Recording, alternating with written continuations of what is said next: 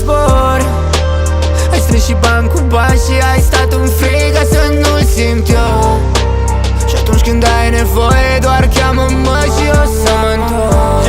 Cheamă-mă și mă întorc. Pentru tine trec prin nuanțe, ies din zona de confort. E real cum se scurg anii, nu mai stă timpul deloc. S-a spart multe în capul meu, vezi culoarea de la cioc. Și dacă mă întorc acasă o să fac să fie bine. Îmi ziceai să-mi văd de treabă încă din copilărie. Pierdeam vremea cu golanii, pe atunci mare prostie. Uite mama, am reușit, 0 ani de pușcărie.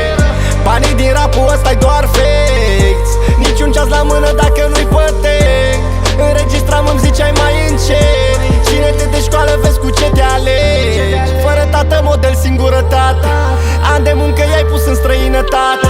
Dar să ne fie bine îngropat în rate. Și dacă ți-am greșit-o, mamă, știi că-mi pare rău. Te-ai plâns un râu de lacrimi doar ca să reușesc eu să not. Și ți-ai tăiat din aripi doar ca să mă înalți și să zbor. Ai strâns și bani cu bani și ai stat în frig ca să nu-l simt eu.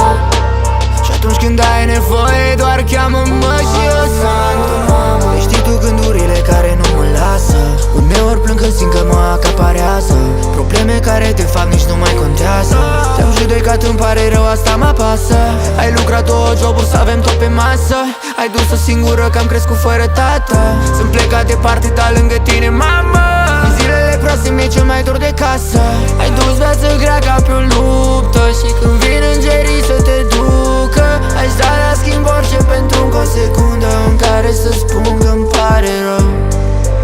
Te-ai plâns un râu de lacrimi doar ca să reușesc eu să not. Și ți-ai tăiat din aripi doar ca să mă înalți și să zbor. Ai strâns și bani cu bani și ai stat în frig ca să nu-l simt eu. Și atunci când ai nevoie doar cheamă-mă și o să mă întorc. Mamă, ștergeți lacrima. Ai crescut un băiat, a ajuns cineva, yeah. Tu ți-am greșit cu câteva, dar tu m-ai înțeles, ei nu mă înțelegea, nah. Mereu mă luai pe undeva și faptul că plecai mereu mă întrista. Ți-ai pierdut jumătate de viață prin Italia și ai făcut-o pentru noi, asta-i familia.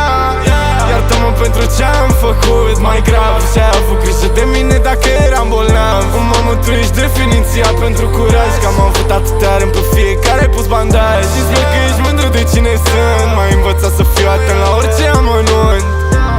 Îți mulțumesc, m-ai susținut și sper să înțelegi în primul rând că mama-mi pare rău. Te-ai plâns un râu de lacrimi doar ca să reușesc eu să not. Și ți-ai tăiat din aripi doar ca să mă înalți și să zbor.